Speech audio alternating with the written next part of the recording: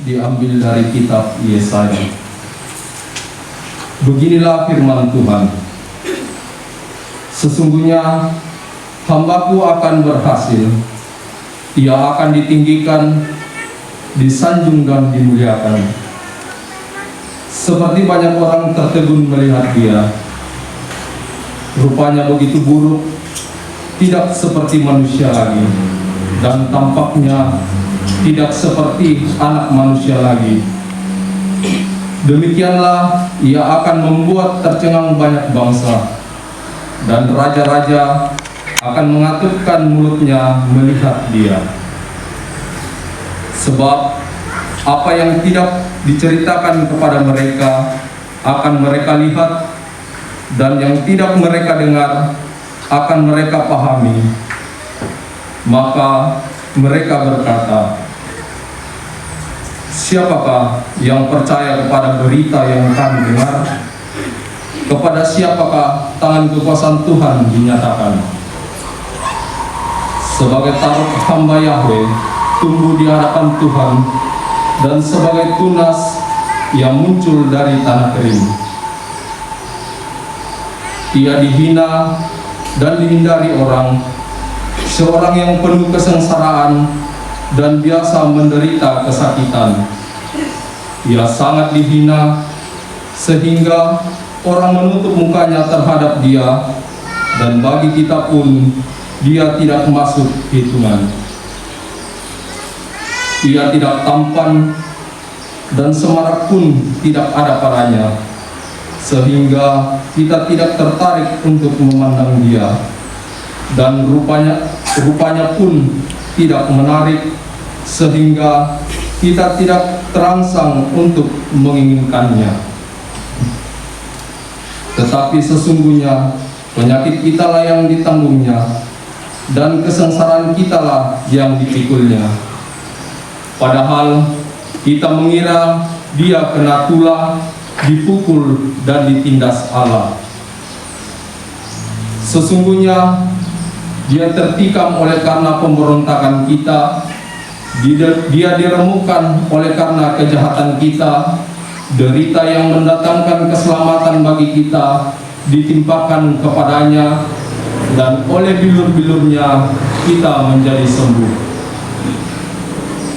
Kita sekalian seperti domba, masing-masing mengambil jalan sendiri.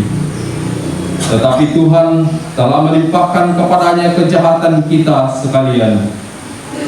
Dia nyaya, tetapi dia tidak membiarkan dirinya ditindas, dan tidak membuka mulutnya, seperti anak domba yang dibawa ke pembantaian, seperti induk domba yang keluh di depan orang-orang, yang menggunting bulunya, ia tidak membuka mulutnya.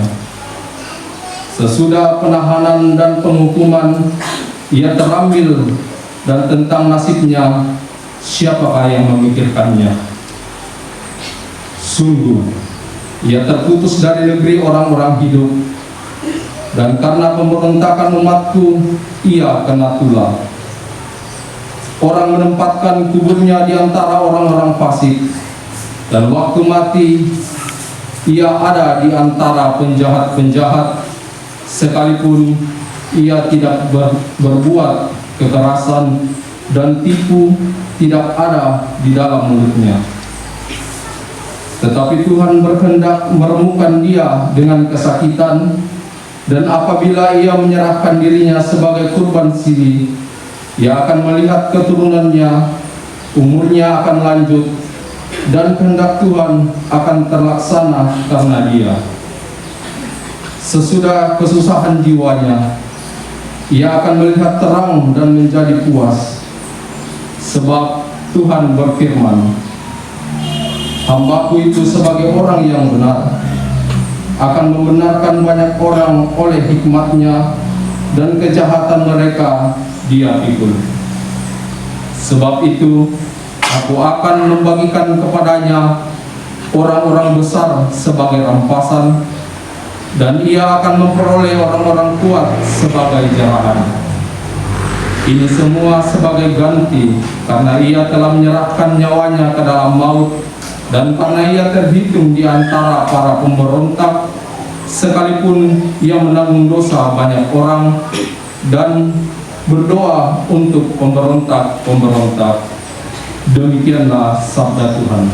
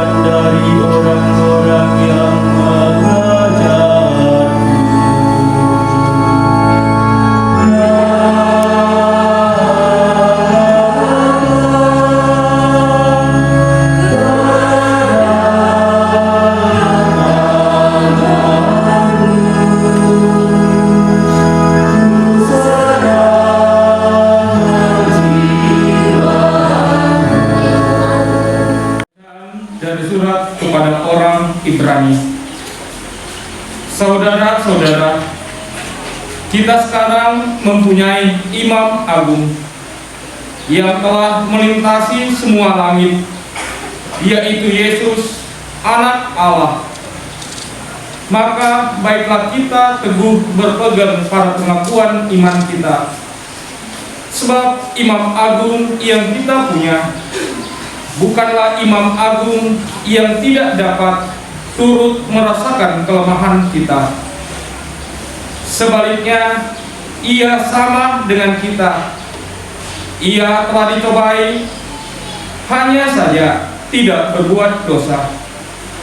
Sebab itu, marilah kita menghampiri tahta kerahiman Allah dengan penuh keberanian, supaya kita menerima rahmat dan menemukan kasih karunia untuk mendapat pertolongan pada waktunya. Dalam hidupnya sebagai manusia, Yesus telah mempersembahkan doa dan permohonan dengan ratap tangis dan keluhan kepada Dia yang sanggup menyelamatkannya dari maut. Dan karena kesalehannya, ia telah didengarkan, akan tetapi sekalipun anak, ia telah belajar menjadi taat. Ini ternyata dari apa yang telah dideritanya, dan sesudah mencapai kesempurnaan, ia menjadi pokok keselamatan abadi bagi semua orang yang taat kepadanya. Demikianlah sabda Tuhan. Syukur 966 966.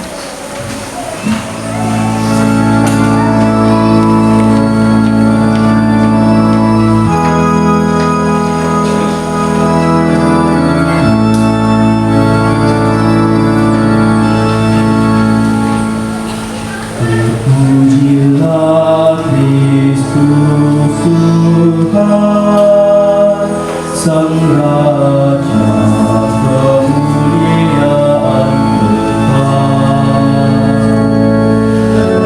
Pujilah Kristus Tuhan, Sang Raja kemuliaan Kristus sudah taat bagi kita. Ia taat sampai mati, bahkan sampai mati di salib. Itulah sebabnya Allah sangat meninggikan Dia dan menganugerahinya nama di atas segala nama.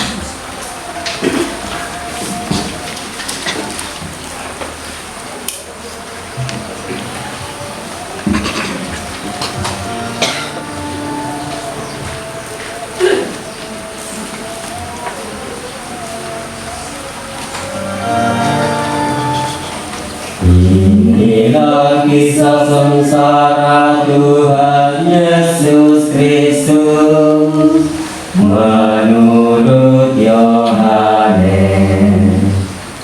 Setelah Yesus mengatakan semuanya itu, keluarlah Ia dari situ bersama-sama dengan murid-muridnya.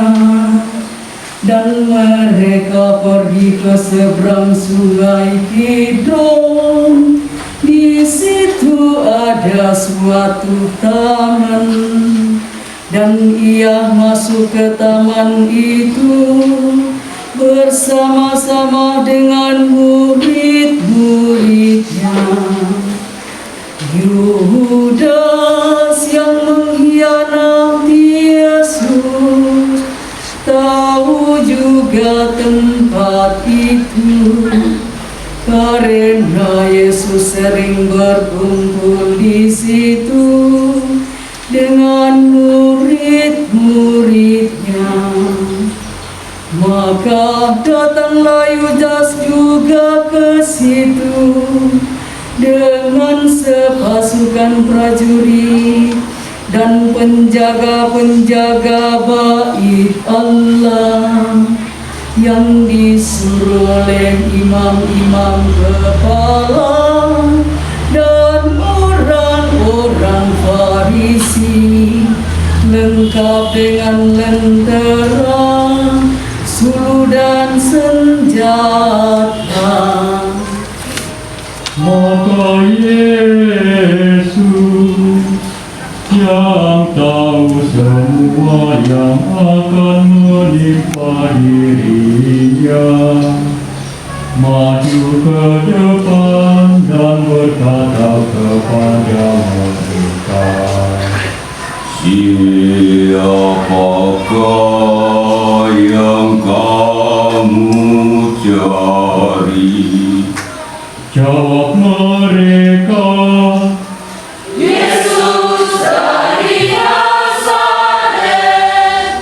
katanya kepada mereka, Akulah Dia.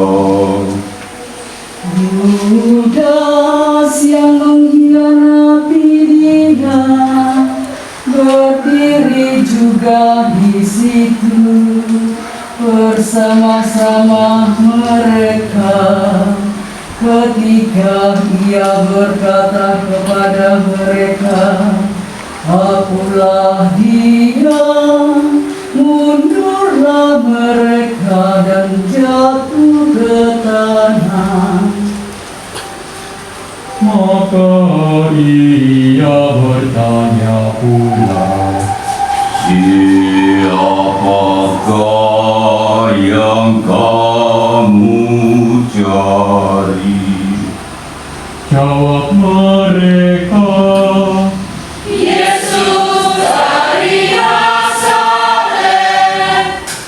jawab Yesus, Telah kukatakan kepadamu,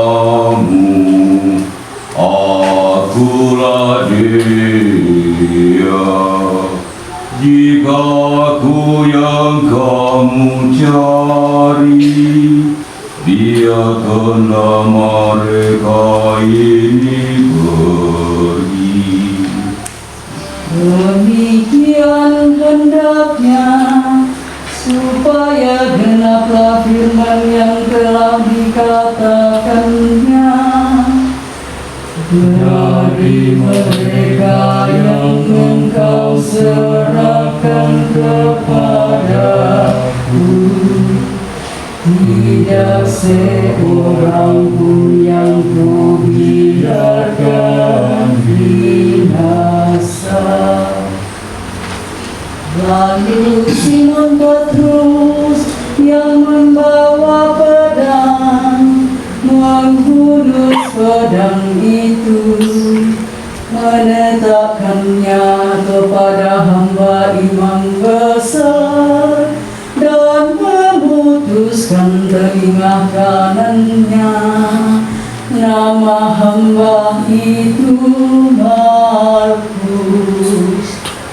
kata Yesus kepada Petrus, Sarungkan pedangmu itu, bukankah aku harus minum cawan yang diberikan Bapa kepadaku? Maka pasukan prajurit serta perwiranya dan penjaga-penjaga yang disuruh orang Yahudi itu menangkap Yesus dan membelenggu Dia. Lalu mereka membawanya mula-mula kepada Hanas, karena Hanas adalah mertua Kayafas yang pada tahun itu menjadi imam besar. Dan Kayafaslah yang telah menasihatkan orang-orang Yahudi adalah lebih berguna jika satu orang mati untuk seluruh bangsa. Simon Petrus dan murid lain mengikuti Yesus. Murid itu mengenal imam besar dan ia masuk bersama-sama dengan Yesus ke halaman istana imam besar. Tetapi Petrus tinggal di luar dekat pintu.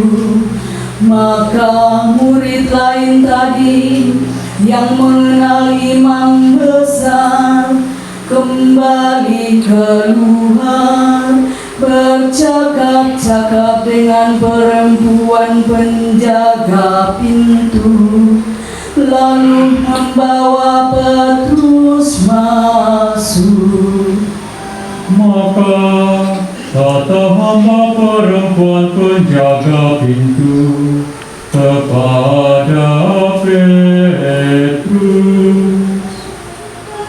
Engkau juga murid orang itu. jawab Petrus, Bukan.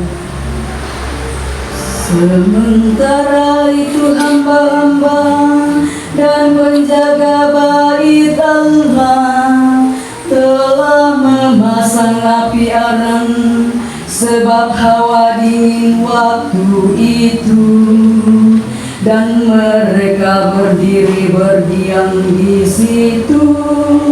Juga Petrus berdiri berdiam bersama-sama dengan mereka.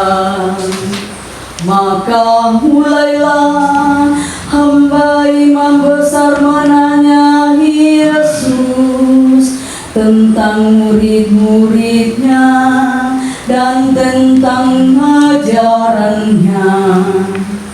jawab Yesus kepadanya, Aku berbicara terus terang kepada dunia. Aku selalu mengajar di rumah-rumah ibadat dan di bait Allah, tempat semua orang Yahudi berkumpul. Aku tidak pernah berbicara sembunyi-sembunyi. Mengapakah engkau menanyai aku?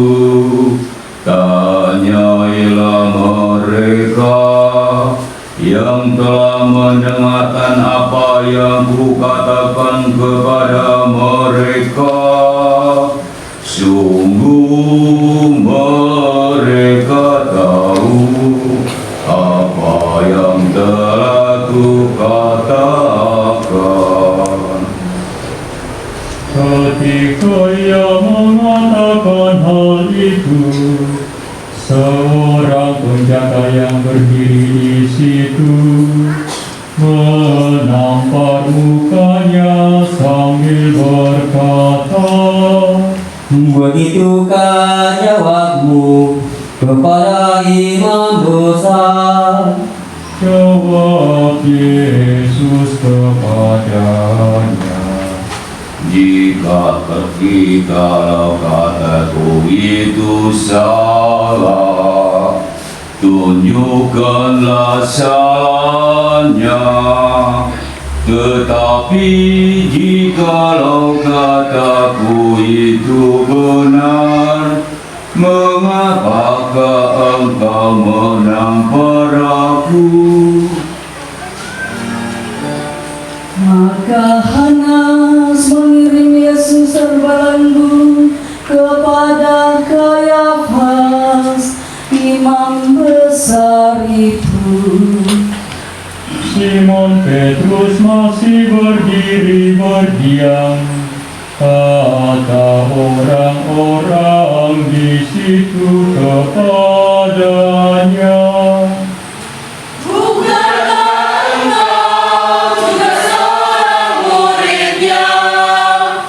Petrus menyangkal dengan berkata, Bukan. kata seorang hamba imam besar yang juga keluarga dari hamba yang telinganya dipotong Petrus. Bukankah engkau kulihat di taman itu bersama-sama dengan dia? Dan Petrus menyangkal lagi, dan ketika itu berkokoklah ayam.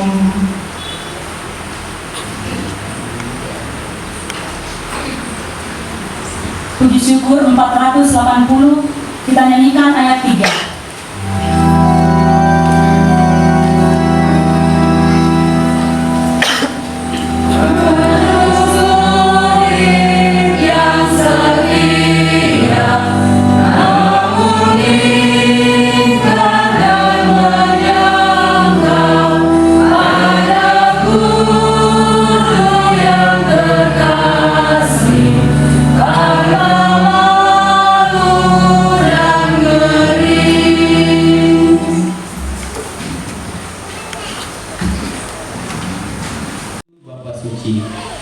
Marilah berdoa pula bagi Bapa Suci Paus Fransiskus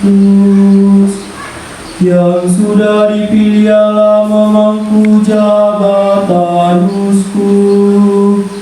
Semoga beliau dilindungi Allah, tetap sehat walafiat, dan dengan bijaksana memimpin gereja umat Allah. Berlututlah kita, berdirilah.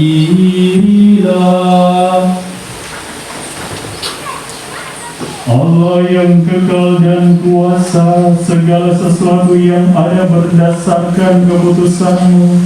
Dengarkanlah doa kami, dan lindungilah Imam Agung yang Kau pilih bagi seluruh gereja-Mu. Semoga umat Kristen yang dipimpin atas nama-Mu semakin berkembang dalam iman dengan pengantaran Kristus Tuhan kami. Amin. Gereja dan segala lapisan umat. Marilah berdoa pula bagi uskup kita, Yohanes Liku Aga, dan bagi semua uskup di Mangginang, serta sekalian pejabat gereja dan segenap umat beriman. Berlututlah kita, Berdirilah.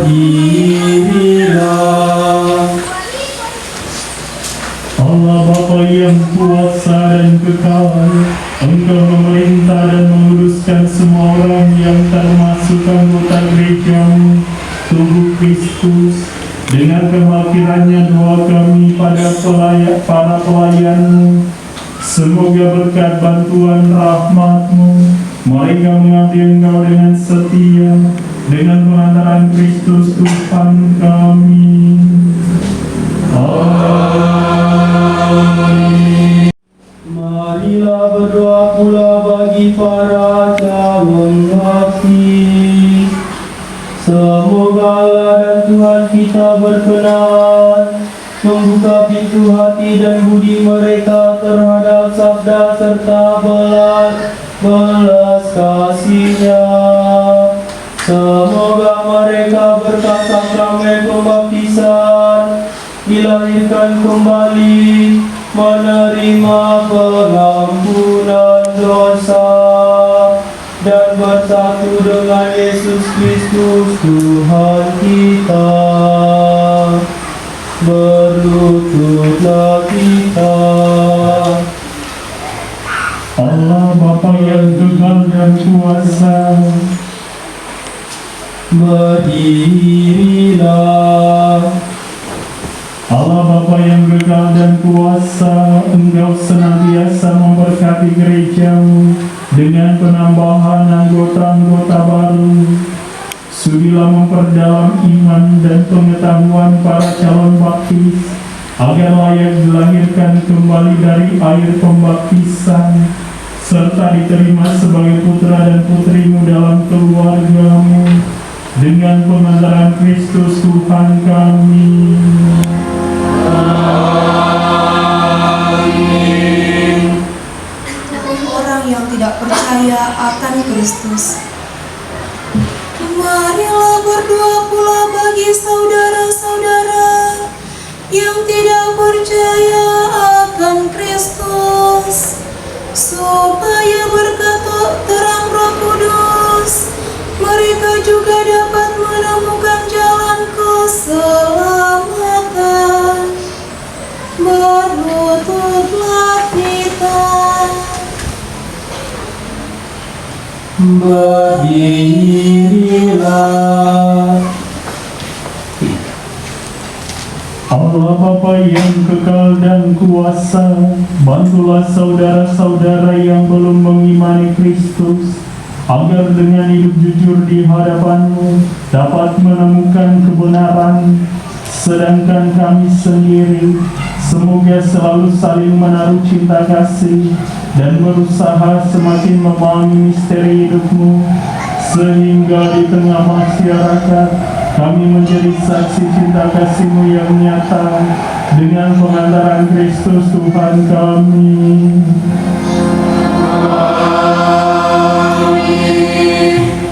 Untuk orang yang tidak percaya yang menderita, Marilah berdoa pula kepada Allah Bapa yang Maha Kuasa.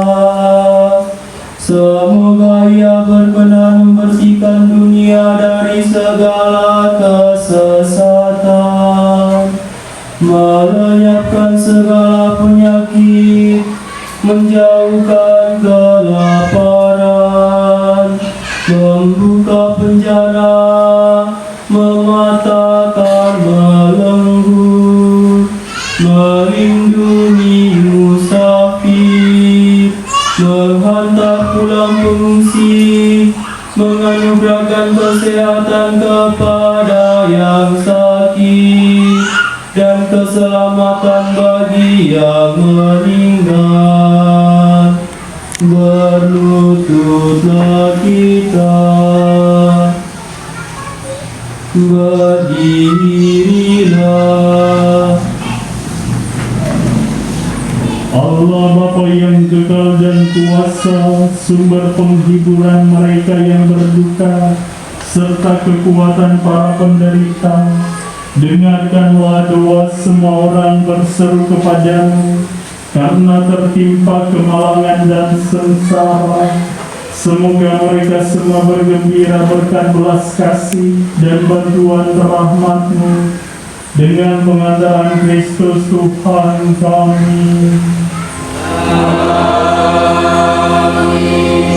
Tuhan kita Yesus Kristus, mulai dari Taman Getsemani ke tempat pengadilan rumah Pilatus, Kayafas juga, lalu kemudian perjalanan ke Bukit Golgota, lalu sampai pada penyaliban di puncak Kalvari atau Golgota, dan diakhiri dengan pemakaman Tuhan kita Yesus Kristus.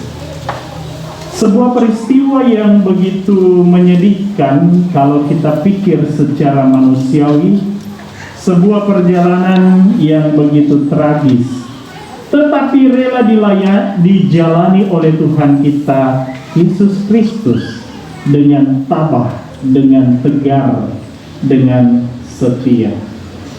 Mungkin kita pernah berhadapan dengan pertanyaan seperti ini, entah orang lain yang bertanya kepada kita atau diri kita sendiri yang bertanya,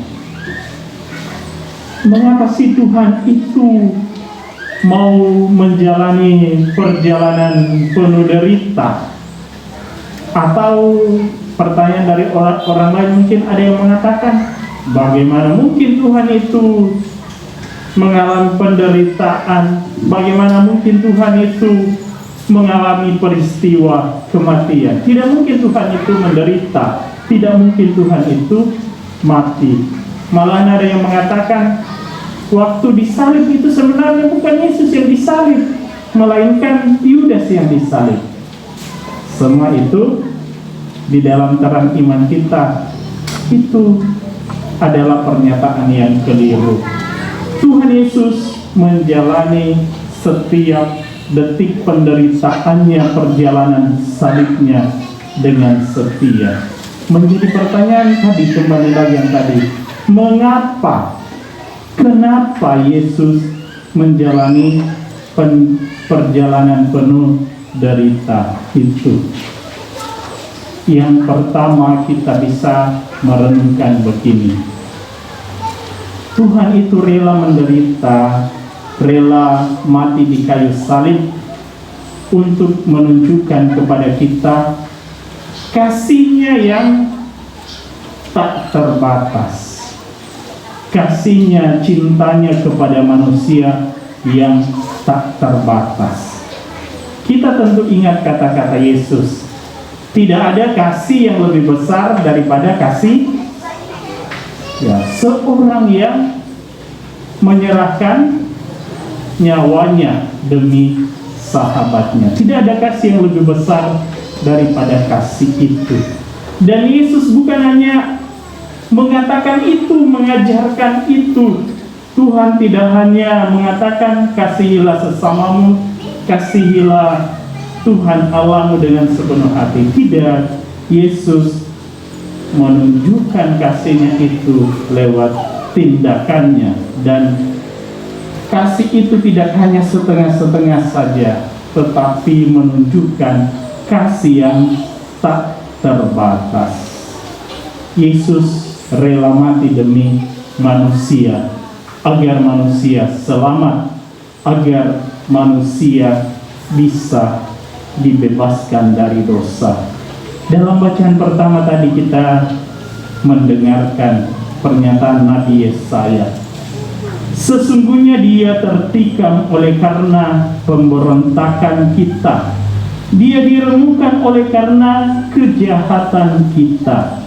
Derita yang mendatangkan keselamatan bagi kita ditimpahkan kepadanya, dan oleh bilur-bilurnya kita menjadi sembuh. Cinta yang tak terbatas. Lihatlah kayu salib di sini, tergantung Kristus, penyelamat dunia.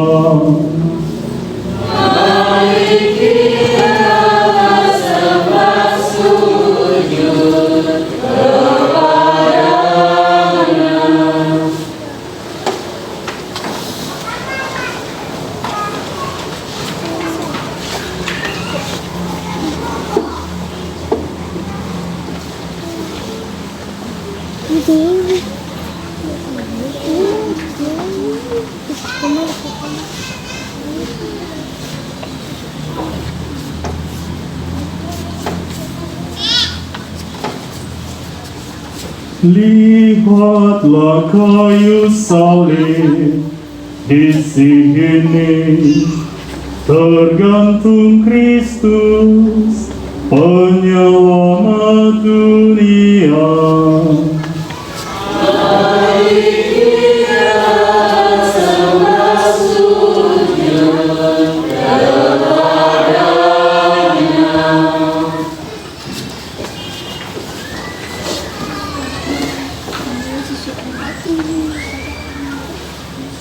Saudara-saudariku terkasih, kita akan lanjutkan dengan penghormatan salib.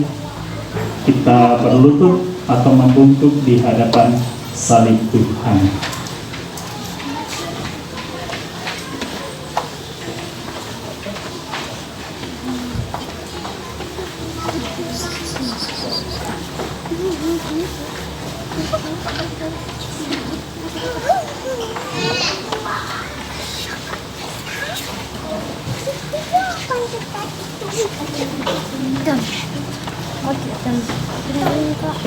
Gimana kita?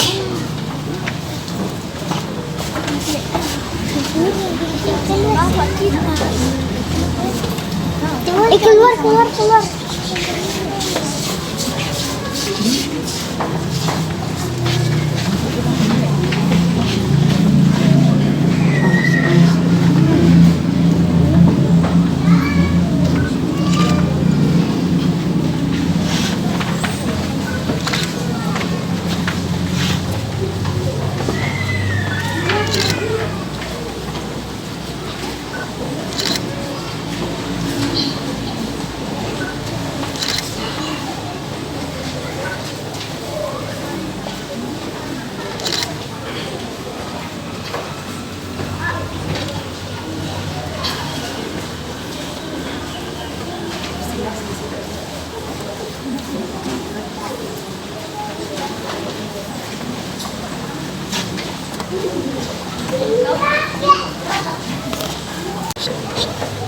Hai umat, apa salahku? Puji syukur 507.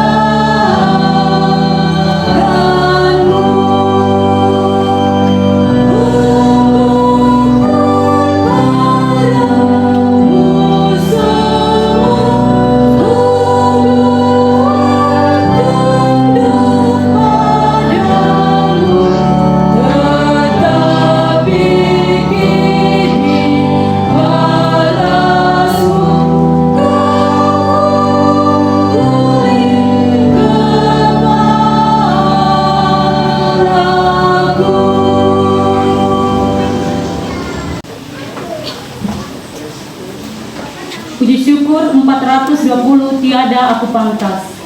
420.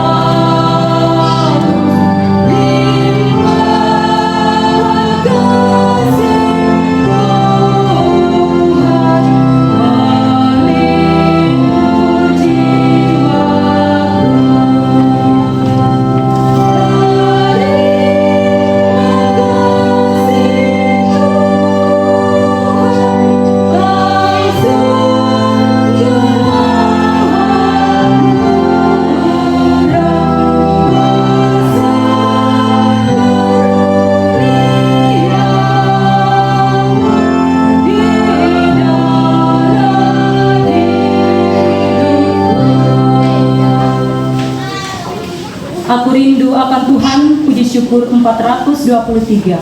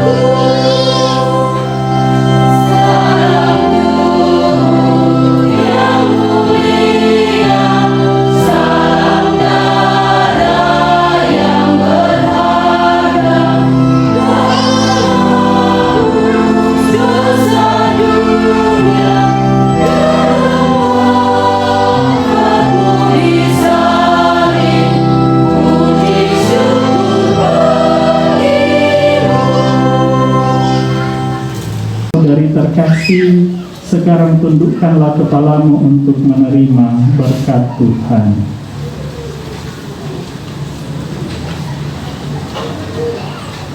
Kami mohon ya Tuhan, semoga turunlah berkat berlimpah ke atas umat-Mu ini yang telah mengenangkan wafat putramu sambil mengharapkan kebangkitannya. Berilah pengampunan, anugerahkanlah penghiburan, tumbuhkanlah iman yang kudus, berikanlah jaminan penebusan yang kekal dengan pengantaran Kristus Tuhan kami. Amin.